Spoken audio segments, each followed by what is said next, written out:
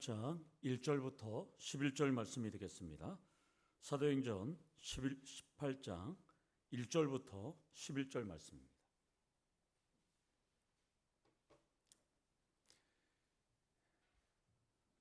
(1절부터) 교독하시고 11절은 함께 읽도록 하겠습니다.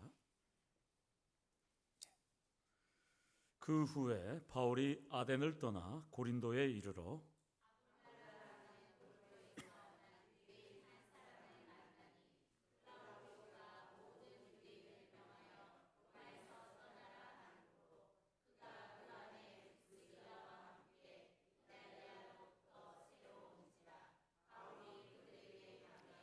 생업이 같으므로 함께 살며 일을 하니 그 생업은 천막을 만드는 것이더라.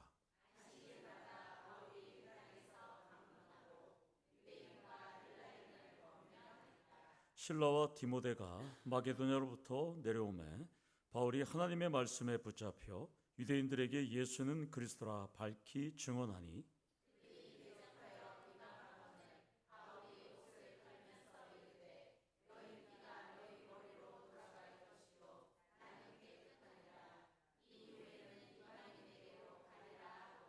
거기서 옮겨 하나님을 경외하는 디도 유스도라 하는 사람의 집에 들어가니 그 집은 회당 옆이라.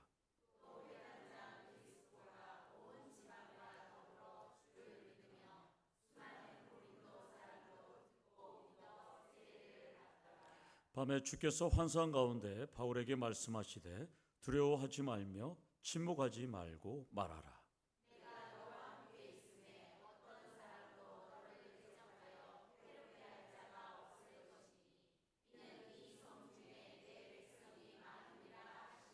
함께 읽겠습니다. 1년 6개월을 머물며 그들 가운데서 하나님의 말씀을 가르치니라. 아멘. 우리 옆에 사람들 인사하겠습니다. 앞뒤 사람들 사랑합니다. 축복합니다. 인사하겠습니다. 사랑합니다. 축복합니다. 예, 사랑합니다. 축복합니다. 예. 제가 월요일 날 우리 김신웅 교수님 댁에 신방을 갔다니까 원죄론과 출애굽론을 배웠습니다. 다시 한번 깨닫는 소중한 시간이 되었어요. 김신웅 집사님의 원죄론은 아내를 모시고 포항으로 온 죄, 이것이 원죄론이었어요. 출애굽론은 삼성을 떠나서 포항으로 온 죄, 그리고 다시 포항을 떠나서 삼성으로 갈까 고민한 죄. 지금은 아내로부터 원죄론도 용서받고 그리고 이제 한동대에서 잘 적응하고 있어서 그 모든 것을 극복해서 잘 살고 있어서 제가 학장님도 되시고 총장님 되시라고 제가 축복하고 왔습니다. 우리 교회에서 이제 교장 선생님도 나올 것이고 총장님도 나올 겁니다. 예. 영테크는 회장님도 나오실 겁니다. 예. 아멘. 예. 저도 포항에서 원죄론으로 여전히 시달리고 있습니다. 원죄론에서 자유한 김신웅 집사님이 너무 부러웠습니다. 그래서 고맙다고 부럽다고 그랬습니다. 사랑하는 성도 여러분, 담임 목사도 원죄론과 출애굽론에서 해방될 수 있도록 뜨겁게 기도해 주시길 소망합니다. 예, 제가 행복하게 목회를 해야 되는데 여전히 자녀들의 눈을 못 마주치고 아내의 눈을 못 마주치고 있습니다. 예. 18장은 5개 부분으로 나눠 있는데 제가 오늘 우리 우리 당에도 있고 이래서 이걸 조금 줄였어요. 그래서 18장의 첫 번째 부분, 오늘은 이 부분을 한번 살펴볼 겁니다. 사도 바울이 성공적으로 고린도에서 지금 사역을 하고 있고요. 이것을 통해서 우리가 은혜를 나누면서 도전을 받는 시간이 되려고 합니다. 바울은 철학자들의 논쟁을 거쳐서 아덴을 떠나서 서쪽으로, 남서쪽 정도가 되죠. 80km 방향, 배로 타면 하루, 걸어서 가면 한 3일 정도 되는 길을 홀로 지금 갑니다. 그래서 이 마게도냐의 이 가장 큰 성, 그리스에서도 가장 큰 이 도시인 고린도로 오게 됩니다. 학자마다 견해가 조금 다릅니다. 어떤 학자들은 일반 시민들이 한 30만, 당시 종이 한 46만, 76만 명으로 보는 학자들도 있고 어떤 학자들은 20만 명으로 보기도 합니다. 그런데 20만 명이든 76만 명이든 2000년 전에 고대 사회가 20만 명이 넘었다면 엄청난 도시입니다. 국제 도시인 거죠. 당시 고린도는 그리스에서 가장 큰 도시입니다. 세계적인 도시였고요. 당시에는 2개의 국제 항구가 있었습니다. 그리고 당시 올림픽과 같은 이스티미아 경기가 경연제로 열리던 곳이 고린도입니다. 이곳에 사도 바울이 도착해서 운동장 비유를 하게 되는 것이죠. 고린도전서 9장 25절에서 26절에 보면 운동장에서 다림질하는 자들이 많은데 오직 상 얻는 자는 한 명뿐이라고 고백한 것이 바로 이 고린도에서 그 이스티미아 경기를 보면서 사도 바울이 비유를 하기도 했습니다. 고린도에 홀로 도착했던 사도 바울은 2절에 보니까 로마에서 이달리아, 로마로부터 왔던 아굴라 부부를 지금 만나게 됩니다. 이 아굴라는 본도 출신 유대인입니다. 이 사람들은 3절을 보면 아굴라 부부의 직업을 소개합니다. 천막 만드는 직업이라고 하죠. 학자들은 이것을 가죽을 제조하는 직업으로 보고 있습니다. 가죽. 바울의 고향 길리기아 다소도 아주 염소털로 만든 이 직물, 길리기움을 만드는 직업이기 때문에 사도 바울도 학자들은 이곳에서 직물을 제조하는 업을 배웠을 것으로 추정하고 있습니다. 그러니까 본도 출신 아굴라, 로마에서 왔던 이 두 부부, 그리고 사도 바울은 직업적으로 셋이 잘 맞아 떨어진 거죠. 그러니까 사도 바울이 이들과 가깝게 지내게 됩니다. 3절 이하를 보면 아굴라 부부에게 복음을 전했다는 기록이 없습니다. 그러니까 학자들은 아굴라 부부는 로마에서 벌써 예수 그리스도를 믿었고 유대교에서 기독교로 회심했다고 봅니다. 그래서 이들은 신학적인 지식이 상당했어요. 그래서 앞으로 우리가 살펴보겠지만 아볼로에게 이 고린도의 2대 목사가 아볼로가 되잖아요. 아볼로에게 신학적인 지식을 알려줄 정도로 이 아굴라 브리스길라 부부는 신학적으로도 교리적으로도 상당히 높은 수준에 있었습니다. 이들은 주후 49년도에 글라우디오 황제 때 로마에서 쫓겨났어요.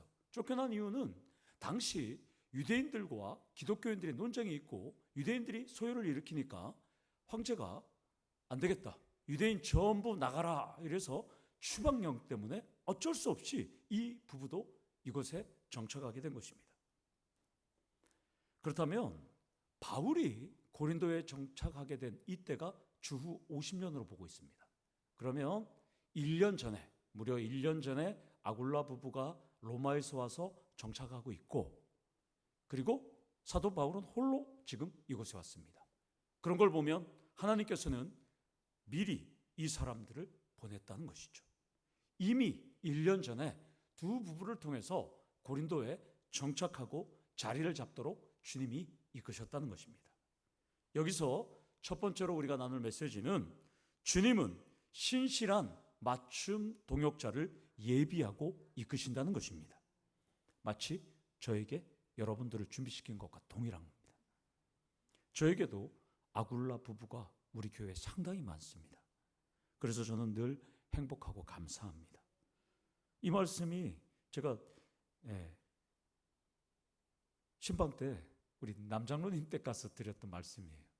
근데 설교가 또 이때 이렇게 맞아 떨어졌네요. 복음을 전할 때, 사업을 할 때 여러분들도 주님께서 준비한 신실한 맞춤 동역자들이 있어야 된다는 거예요.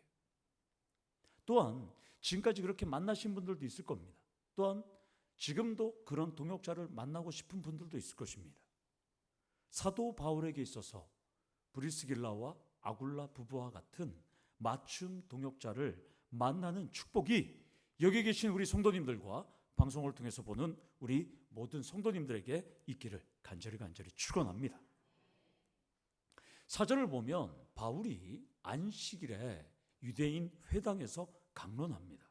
그러니까 쉬는 날만 지금 유대인들에게 복음을 전하고 있습니다.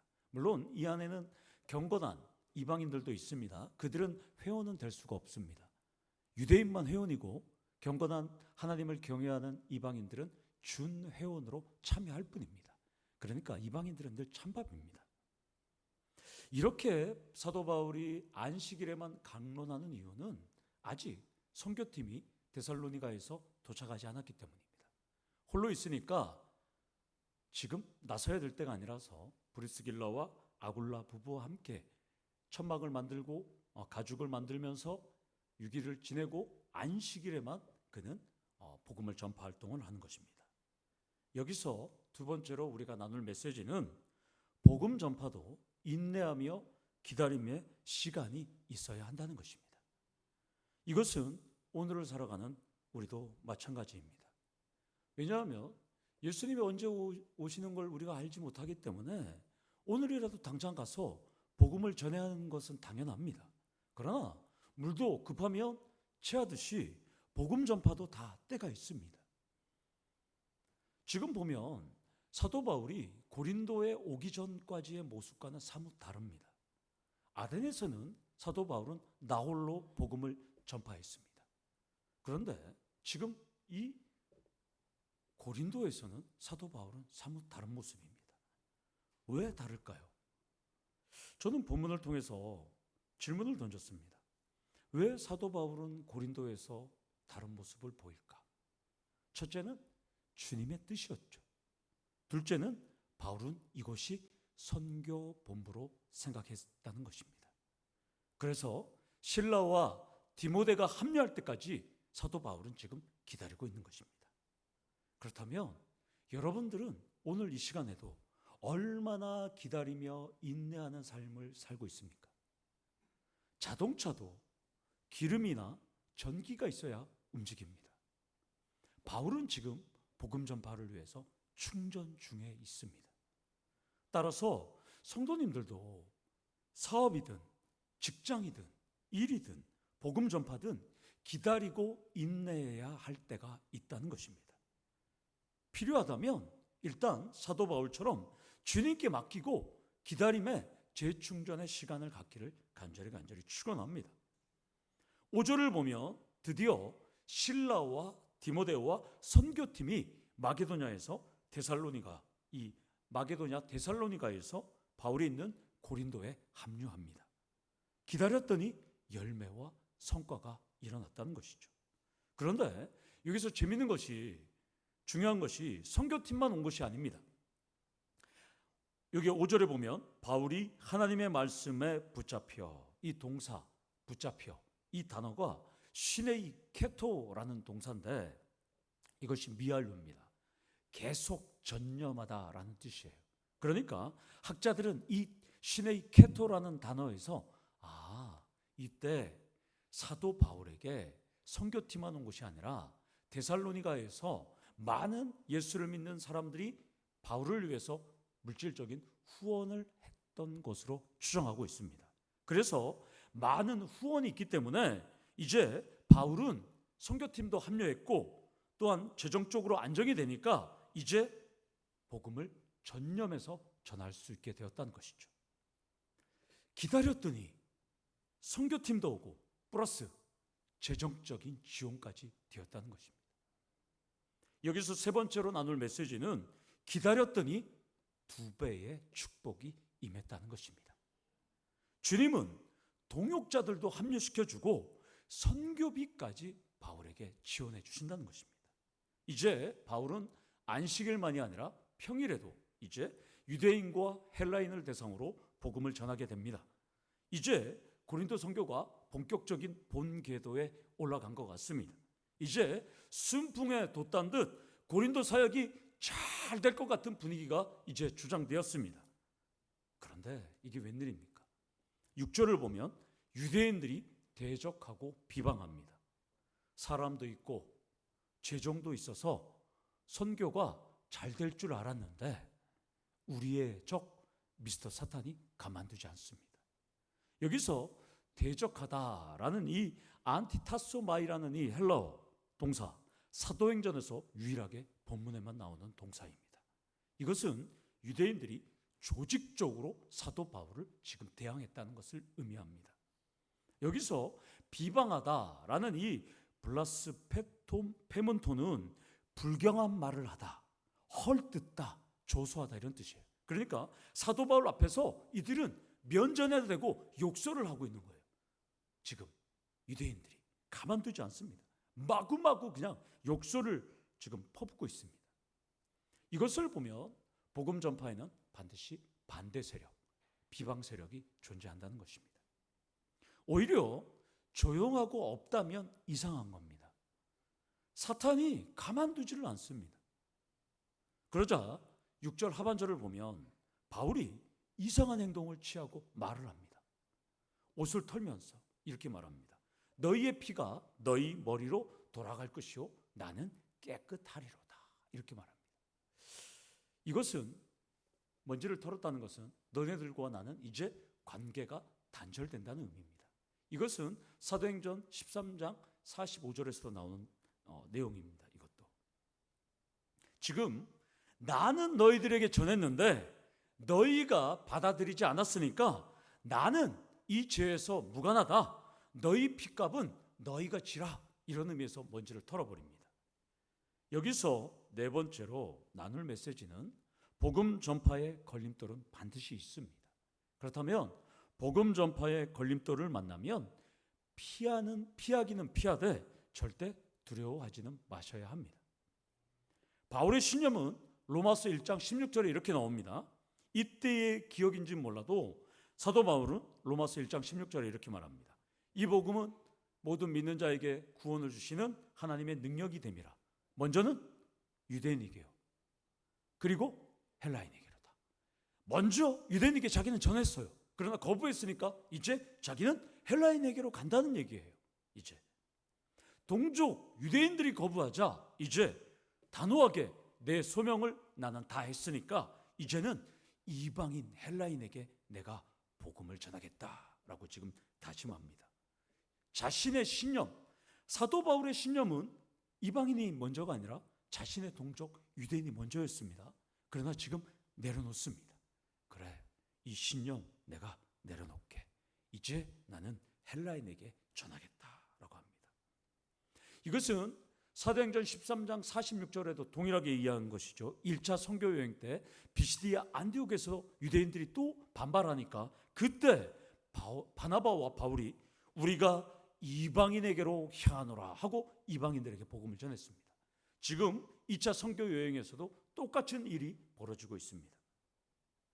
여기서 다섯 번째로 나눌 메시지는 복음 전파도 우리의 삶도 터닝 포인트, 전환점, 계기가 중요하다는 것입니다.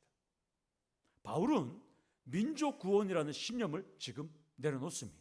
이제 이방인 선교로 그는 완전히 전환점을 맞이하게 됩니다. 그렇다면 우리는 바울처럼 내려놓아야 할 때도 있고 때로는 우리는 선택해야 될 때도 있다는 것입니다. 내려놓고 붙잡아야 될 것이 우리는 있다는 것입니다. 바울은 이 내려놓으면서 마음이 찢어지니까 너희 피가 너희 머리로 돌아갈 것이요 라고 말씀합니다.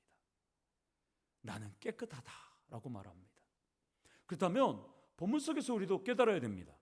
우리도 고집을 적당히 부릴 때도 있어야 되고 후회도 적당히 해야 되고 미련도 그만 버리고 승부를 내야 할 때는 과감하게 새로운 포인트를 맞이해야 된다는 것입니다. 삼성의 고 이건희 회장님께서 삼성이 그 당시 뭐 그렇게 잘 나가는 기업은 아니었지만 그래도 우리나라에서 현대 다음에 삼성이었지 않습니까? 그때 반도체 사업에 뛰어들자라고 했지 않습니까? 그때 모든 기업들이 다 손가락질 했었습니다. 그러나 그때 그 사업에 승부를 걸지 않았다면 지금 세계 2위의 스마트폰은 생산될 수 없는 것입니다. 아이폰 다음에 갤럭시 폰. 갤럭시 폰이 요즘은 인도에 엄청나게 잘 팔리고 있지 않습니까? 이건희 회장의 선택이 없었으면 삼성전자는 이 세상에 없던 것입니다. 사랑하는 성도 여러분, 사도 바울과 같이 포기할 것이 있다면 또한 포기하고 선택해야 될 것이 있다면 바로 미련을 두지 말고 선택하는 우리 성도님들 되기를 축원합니다. 중요한 것은 주님의 뜻 가운데서 포기할 것은 포기하고 선택할 것은 선택해서 영육간에 놀라운 결실과 축복을 맛보는 우리 성도님 되기를 축원합니다. 오늘도 제가 우리 교회 모시고 오라는 분에게 갔더니까 사무실에서 주무시고 계시더라고요. 그래서 제가 집사님 안 일어나요. 집사님. 그래서 간단하게 기도하고 나오려는데 그때 저를 봤어요. 집사님 왜 그러세요? 베트남 갔다 왔더니까 얼굴이 지금 다 반쪽이 됐어요. 그랬더니 주일날에 박 권사님하고 식사를 했는데 본인은 지금 장염이 걸려갖고 어지럼증 때문에 지금 견디질 못한다는 거예요. 그래서 제가 이런저런 얘기하면서 병원으로 가셔갖고 링거를 맞으셔요. 이랬더니까 바로 전화하더라고요. 여보 어디에요? 저 좀 모시고 오세요. 그래. 병원 갔습니까? 네. 이제 저한테 반쯤 넘어왔습니다. 제가 오늘 살려드렸습니다. 죽어도 병원 안 간대요. 본인은. 그래서 제가 가라 그랬어요. 제 말 들었죠? 목사 말을 들었습니다. 반 넘어왔습니다. 이제. 이제 승부를 낼 때가 된 것 같아요. 이제. 과감하게 지금 이제 도전할 때가 됐습니다. 7절과 8절을 보면 사도 바울이 유대인 복음 전파를 포기하자마자 주님은 기다렸다는 듯이 곧바로 놀라운 결실을 준비하십니다. 그러니까 주님은 너 그거 포기해. 이제 이것을 준비했어 라고 지금 막 쏟아부어 주십니다. 우리 한번 살펴볼까요? 회당에서 욕설과 비방을 받았던 바울이 나오자마자 7절을 보면 회당 옆에 사는 디도 유스도라는 하는 사람의 집에 들어갑니다. 회당에서 쫓겨났는데 회당 옆집으로 들어가요. 물론 그게 옆집이 아니라 회당 근처겠죠.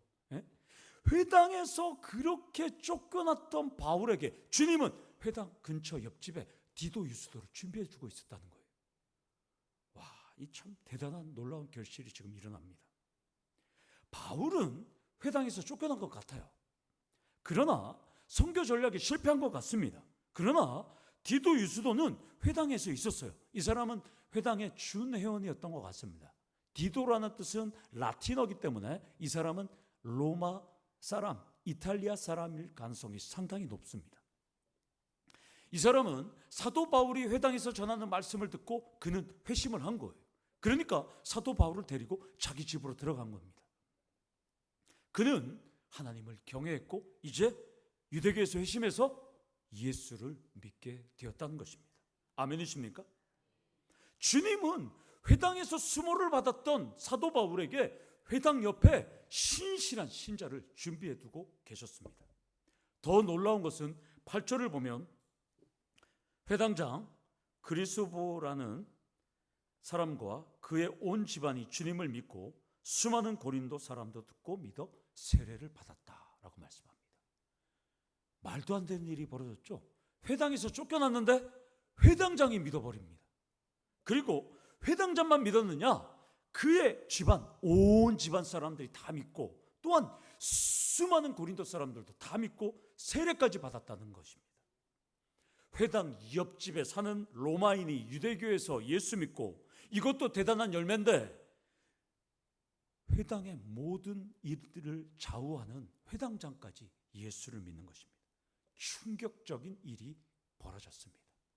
주님은 이렇게 다 준비하고 있었다는 것입니다. 여기서 여섯 번째로 나눌 메시지는 관심과 방향을 돌리니까 주님이 준비하신 놀라운 결실이 일어난다는 것입니다. 사탄이 녹다운 되는 상황이 벌어졌습니다.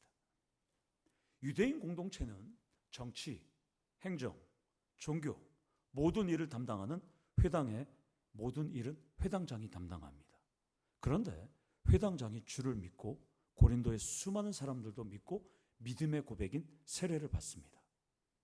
오늘 우리 이은실 집사님도 기도했는데 우리도 지난 시간 이것도 해보고 저것도 해보고 기도하면서 다양한 노력을 우리가 다 해봤습니다. 이제 우리는 씨는 뿌려졌고 이제 우리는 거둘 때입니다. 이제는 우리는 승부를 낼 때입니다. 잠자는 남편, 외출 중인 자녀, 사탄에게 붙잡힌 여러분들의 지인들을 이제 교회로 모시도록 끝장 승부를 이제 볼 때가 되었습니다. 그런데 우리가 승부를 내려고 하면 사탄이 가만히 있느냐? 사탄이 녹다운 당했다고 절대 물러나면 사탄이 아닙니다. 사탄은 지속적으로 꿈틀거리고 방해합니다. 그래서 바울은 복음을 전하면서 본문에는 잘 나와 있지 않지만 다른 곳으로 가야 할까 고민할 시점이 되었던 것 같습니다. 그때 주님께서 환상 가운데서 바울을 만나주시는 장면이 9절에서 10절에 나옵니다. 우리도 마찬가지죠. 우리도 다 해봤는데, 이곳에까지 옮겼는데 다 해봤는데 어떻게 해야지? 이렇게 고민할 때 이제 주님은 말씀합니다. 유대인들의 보복 공격에 대해서 두려움 갖지 말라, 공포 걱정하지 말라, 내가 너와 함께 있으니까 두려워하지 말고 계속 복음을 고린도에서 전하라 라고 말씀합니다. 바울과 선교팀은 지금까지의 상황에 대해서 수차례 회의를 했을 것입니다. 야, 우리 베레아에서도 그런 일이 있었잖아. 데살로니가에서도 그랬잖아. 사도 바울을 죽이려고 돌까지 던지고 우리가 맞고 갔는데 우리 선교지 이동해야 될까? 심각하게 토론하고 고민했을 것입니다. 사도 바울 여러분 알다시피 치밀한 분이잖아요. 이분이 또 선교팀들 상당히 똑똑하고 지금까지 1차, 2차 여행을 통해서 이들은 이 고린도에서도 우리가 떠나서 다른 곳으로 가야 되지 않을까? 이런 상황이었어요. 그러나 오늘 주님은 이 환상 중에 사도 바울에게 정확하게 이야기합니다. 어떤 사람도 너를 대적하고 너를 해롭게 하지 못한다. 아멘. 여기서 나눌 7번째 메시지는 여러분을 선택하신 주님은 여러분과 함께 하심을 믿고 두려워하지 말고 고민하지 말고 주님께 맡기시면 주님이 여러분들을 다 보호하고 지키신다는 것입니다. 사랑하는 성도 여러분, 우리의 도움은 어디서 옵니까? 천지를 지으신 여호와께로부터 오는 것입니다. 사도 바울에게 용기와 위로와 희망을 주신 주님은 10절 하반절에 다시 한번 소명을 주십니다. 너무나 놀라운 장면입니다. 이 성중에 내 백성이 많음이라. 다시 한번 우리 한번 이것만 한번 읽어볼까요? 시작. 이 성중에 내 백성이 많음이라. 이게 설교 제목입니다. 내 백성이 많음이라. 사도 바울의 사역으로 디도 유스도와 그리스도와 고린도의 수많은 사람들이 돌아왔습니다. 그런데도 주님은 여전히 이 성중에 내 백성이 많음이라고 말씀합니다. 저는 여기서 그렇지, 이거구나. 마지막 8번째 메시지는 포항에도 주님의 백성이 많음이라. 아멘이십니까? 주님께서 설교를 월요일날 이걸 준비하는데 이 말씀을 저에게 주시더라고요. 물론 제목은 지난주에 준비했지만 사랑하는 성도 여러분, 좌절하지 말고 포기하지 말고 주눅들지 말고 우리의 라이벌 교회가 있잖아요. 다시 일어나면 돼요. 웃는 분들은 주일의 설교를 들어서 다 아시고 다시 일어나면 되는 거예요. 우리가 포항에만 많습니까? 경주에도 많습니다. 영덕에도 많습니다. 군위에도 많습니다. 울릉도에도 많습니다. 대구에도 많고요. 경산에도 많습니다. 복음 전파에 노다지가 열렸습니다. 아멘. 주님은 우리에게 오늘도 말씀합니다. 포항에도 내 백성이 많다. 86%의 포항 시민이 여전히 예수를 모릅니다. 낙선한 국회의원이 재선에서 떨어져서 신문에 이렇게 광고를 냈답니다. 저를 찍으신 분들께 감사하고 저를 찍지 않으신 분들은 제 처가 감사합니다. 이해가 됩니까?